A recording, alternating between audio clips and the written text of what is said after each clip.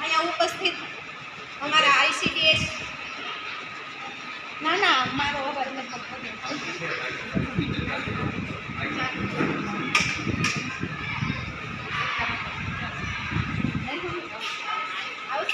આવશે ને આ કાર્યક્રમમાં ઉપસ્થિત અમારા આઈસીડીએસ વિભાગના અમારા સીડીપીઓ મેડમ શ્રી, હેલ્થ વિભાગમાંથી શિલ્પાબેન તેમજ શિક્ષણ વિભાગમાંથી પ્રિન્સિપાલ સર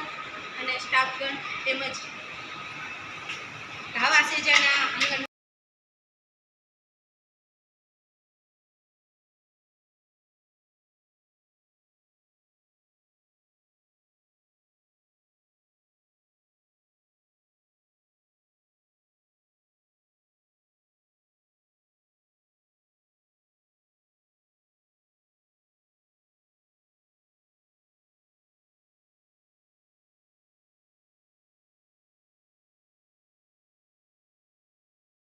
જમીન સારી જોઈએ, પાણી જોઈએ ત્યારે થતું હોય, પણ મિલેટ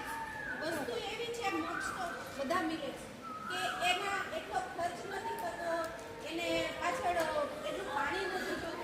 ઇનકેસ એટલી જમીન સારી ન હોય છતાં પણ એ મબલક થાય છે એટલું જ નથી, પણ એમાંથી જે